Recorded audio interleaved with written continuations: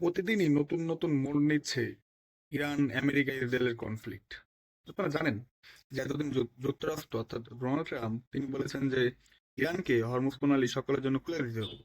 But গতকালই মার্কিন president Donald Trump বলেছেন যে তিনি এখন হরমুজ প্রণালী অবরোধ করবেন, অবরোধ করবেন, নেভাল ব্লকেট করবেন। অর্থাৎ ইরানের কোনো জাহাজ তো আপনার সেখান থেকে বেরোতে পারবে না, ঢুকতে পারবে না। এট দ্য সেম টাইম ইরানের সাথে যাদের ব্যবসা রয়েছে, যদি 1 সেন্ট ডলারেরও ব্যবসা থাকে, তার সেসব দেশের জাহাজও হরমুজ প্রণালীতে ঢুকতে পারবে না, বেরোতে পারবে না। মানে বুঝতে পারছেন?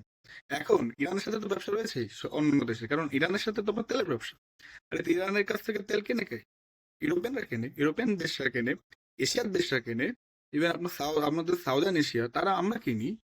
সো আপনি তো পুরা একটা মানে পৃথিবীকেই ব্লকেট করে ফেলছে ডোনাল্ড ট্রাম্প। আমি আমেরিকার কথা বলবো না এখানে, কারণ আমেরিকার সাধারণ মানুষের আমরা বক্তব্য জানি না। বাট মার্কিন প্রেসিডেন্ট তিনি তার নিজের সদিচ্ছায় যখন ইচ্ছা তখন বড় বড় এইসব সিদ্ধান্ত নিচ্ছে। এখন নেভাল বড় ব্লকেট তিনি দিয়েছেন গতকাল, কিন্তু সফলভাবে কিন্তু তিনি দিতে পারছেন না।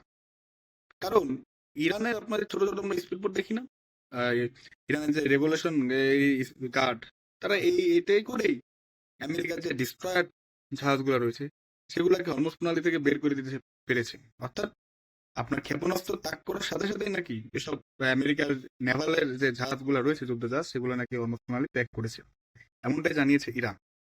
তো বুঝতে পারছেন, এখানে ইরানের প্ল্যান, এখানে আমেরিকার প্ল্যান হচ্ছিল যে তারা আপনার হরমুজ প্রণালীর একটা অংশে বোম্বিং করে তাদের দখলে, তাদের দেশের যে নৌবাহিনী তাদের দখলে নিয়ে নেবে। ঠিক আছে, বাট এটা হয়নি, এটা হবে না, এটা ইরান করতে দেবে না। ইরান করতে দেবে না, এখানে রাশিয়া চীনও বিগ রোল প্লে করবে, কারণ চীন ইরান থেকে তেল কেনে, বিশাল অ্যামাউন্টের তেল কেনে। চীন কখনোই যাবে না যে এই হরমুজ প্রণালী তাদের প্রধান শত্রু আমেরিকার কন্ট্রোলে চলে যাক, জাস্ট লাইক ভেনেজুয়েলা। ভেনেজুয়েলার মতো চীন এটা হতে দেবে না ভাই। এখানে অনেক প্লেয়ার অর্থাৎ অনেক দেশ আস্তে আস্তে ইনভলভ হচ্ছে। ইভেন আমেরিকার অন্যতম ক্লোজ বন্ধু যুক্তরাজ্য, ইংল্যান্ড, তারা বলেছে তারা এই নেভাল ব্লকেডের সাথে নাই। এবং ইংল্যান্ডের প্রধানমন্ত্রী স্টেমার তিনি বলেছেন যে এটা কোনো সিদ্ধান্ত হতে পারে না, মানে এর ফলে তার দেশই ক্ষতিগ্রস্ত হবে। তো তার দেশ ক্ষতিগ্রস্ত হবে, তিনি কেন নেভাল ব্লকের সমর্থন দেবেন? তো বুঝতে পারছেন দিন দিন মার্কিন প্রেসিডেন্ট ডোনাল্ড ট্রাম্প তিনি যে যা করছেন, এটা কোনোভাবেই কোন বিশ্বের কোনো দেশই ইসরায়েল ছাড়া সমর্থন দিতে পারছে না, এবং সমর্থন দেন কথাও না। বিশেষ করে পুরো আমেরিকা চাচ্ছে যে আপনার বিশ্বের অনেক দেশে তারা জ্বালানি সংকট তৈরি করতে চাচ্ছে। এর ফলে তারা বোঝাতে চাচ্ছে যে দেখো, আমাদের সাথে আসো, ইরানকে তোমরা একসাথে আমরা দমন করি।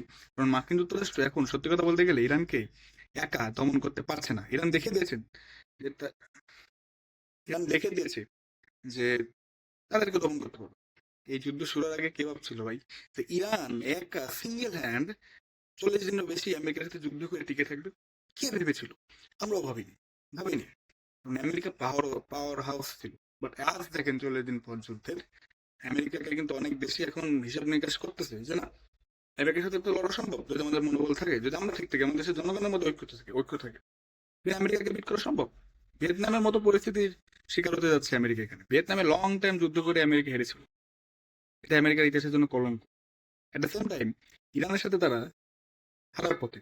অনেক বিশ্লেষক বলছে যে মার্কিন যুক্তরাষ্ট্র ইতিমধ্যে ইরান যুদ্ধে হেরে গিয়েছে। তো জাস্ট এখন নিজেদের মুখ বাঁচানোর জন্য, নিজেদের জনগণের সামনে হিরো সাজার জন্য মার্কিন প্রেসিডেন্ট ডোনাল্ড ট্রাম্প কিছু পদক্ষেপ নিচ্ছে যা পুরো পৃথিবীকে ঝুঁকির মধ্যে ফেলছে। এবং মার্কিন যুক্তরাষ্ট্র কিন্তু দিন দিন পৃথিবীতে একা হচ্ছে।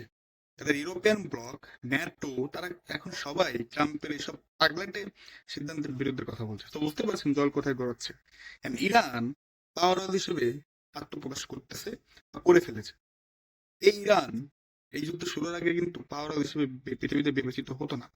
বাট নাও ইরানের সাথে কথা বলতে গেলে, ইরানের সাথে কিছু পাঙ্গা নিতে গেলে অনেক বেশি ভাববে, কারণ তারা আমেরিকা ইসরায়েলকে নাকা নিচু বানিয়ে খেয়েছে একাই, কারো সাহায্য ছাড়াই।